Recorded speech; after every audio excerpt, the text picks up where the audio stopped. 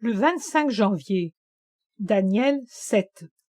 Jésus dit: Daniel est celui qui a la même caractéristique que Jean, et Jean est celui qui recueille et amplifie la caractéristique initiale de Daniel. Voilà pourquoi il te plaît tant à toi qui es le petit Jean. Comme un poisson dans un bassin limpide, tu es heureuse lorsque tu te trouves dans l'atmosphère de ton Christ, qui connaîtra son triomphe suprême à l'heure où Satan, son fils et ses courtisans seront rendus impuissants pour toujours. Or, tu trouves cette atmosphère chez Daniel. Si Isaïe est le pré-évangéliste qui traite de mon avènement dans le monde pour le salut du monde, Daniel est le pré-apôtre, le pré-Jean qui annonce les gloires de mon triomphe éternel en tant que roi de la Jérusalem qui ne passera pas. Vois maintenant comment les 4 bêtes décrites par Daniel anticipent les signes des ministres diaboliques de l'Apocalypse. Les commentateurs se sont épuisés à trouver une signification humaine et historique à ces 4 monstres. Mais il faut porter son regard bien au-delà et bien plus haut. Lorsque vous méditez les livres saints, élevez-vous au-dessus de la terre. Détachez-vous du moment présent, regardez vers l'avenir et vers le surnaturel. C'est là que se trouve la clé du mystère. Les 4 bêtes représentent les 4 erreurs qui précéderont la fin, les 4 erreurs qui seront 4 horreurs pour l'humanité et donneront naissance à l'horreur finale.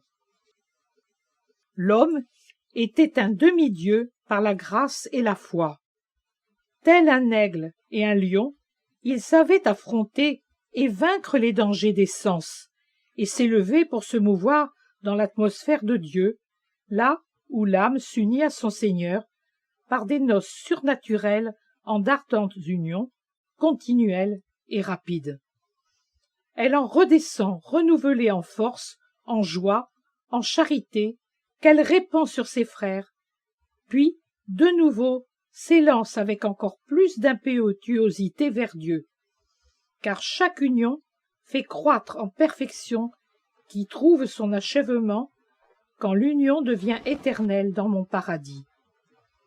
L'athéisme a arraché à l'homme ses ailes d'aigle et son cœur de demi-dieu, et a fait de lui un animal qui marche dans la boue et tourne vers la boue son cœur pesant, tout de chair et de sang. L'homme porte sur son moi, privé des ailes spirituelles de l'âme, un poids plus lourd que le plomb, qui l'incline vers la fange, l'y étend, l'y embourbe. L'homme était un demi-dieu par l'amour qui vivait en lui.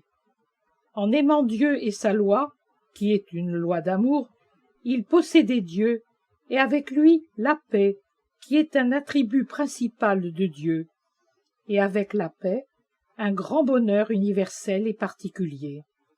Or, l'homme a repoussé la loi de Dieu pour suivre foule d'autres doctrines, mais aucune d'elles ne provenait ni ne provient de Dieu, si bien que le véritable amour n'est en aucune. Il s'ensuit que l'homme, qui avait embrassé l'athéisme et abandonné ainsi son état d'aigle et de lion pour devenir un simple homme, s'enfanta lui-même par un sortilège infernal en ours, dévoreur féroce de ses semblables. Or, l'horreur appelle l'horreur, c'est une escalade. L'horreur ne cesse de croître, car, par ses maudites unions avec Satan, l'homme que le Christ avait ramené à sa nature de demi-dieu engendre des monstres toujours plus terribles. Ce sont les enfants de son erreur, vendus à Satan pour en obtenir une aide terrestre. De l'homme demi-dieu provient donc l'homme, de l'homme l'ours, et de l'ours le nouveau monstre féroce et faux, comme la panthère, doté par Satan d'ailes multiples pour être plus rapide à nuire.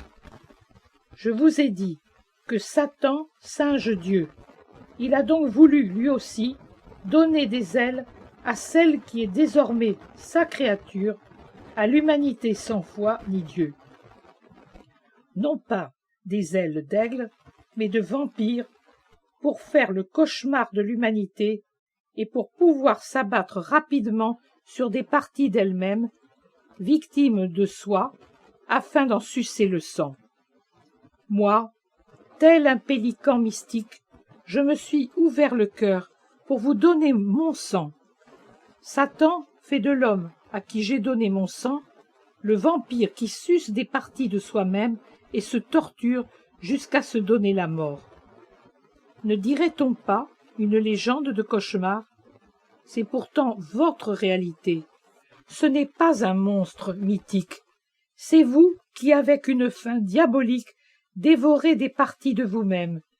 C'est vous qui vous saignez, qui vous mutilez pour engendrer ensuite de nouvelles parties, tout en dévorant celles qui sont déjà formées, avec une continuité qui a quelque chose de maniaque, mais d'une maniaquerie diabolique.